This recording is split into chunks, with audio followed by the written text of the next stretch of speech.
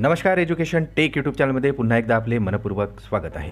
सरकारी कर्मचाऱ्यांना अर्थसंकल्पात काय मिळालं, DA कधी मिळणार की मिळणारच नाही, चला तर जाणून घेऊया याविषयीची ही सविस्तर माहिती. त्यापूर्वी चॅनलला नवीन असाल तर सबस्क्राईब करायला विसरू नका आणि नवीन अपडेट मिळविण्यासाठी बेल आयकॉनला प्रेस करायला विसरू नका. ही महत्त्वाची माहिती शेअर करायला सुद्धा विसरू नका. 1 फरवरी रोजी अर्थमंत्री निर्मला सीतारामन यांनी देशाचा अंतरिम अर्थसंकल्प सादर केला.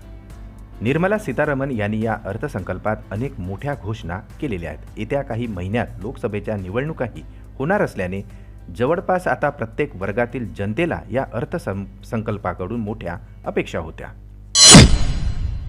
केंद्रीय कर्मचाऱ्यांनाही अर्थसंकल्पात काही आश्चर्याची अपेक्षा होती, मात्र असे काही झाले नाही आणि आता केंद्रीय कर्मचारी त्यांच्या महागाई भत्त्यात वाढ होण्याची वाट पाहत आहेत.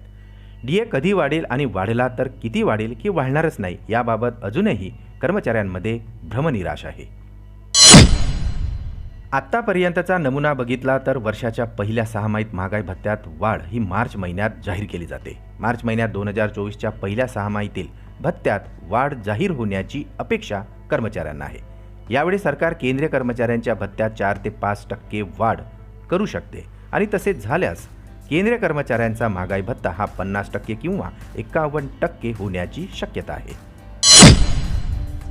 डिसेंबर 2023साठी अखिल भारतीय CPI-IW 0.3 अंकांनी घसरून 138.8 वर आला. या संख्येच्या आधारे आता महागाई भत्त्यात 4% वाढ होण्याची शक्यता वर्तवली जात आहे. डिसेंबर 2023मध्ये वार्षिक महागाई दर गेल्या महिन्यात 4.98%, एका वर्षापूर्वी याच महिन्यात 5.50%पर्यंतच्या तुलनेत हा 4.51% आहे.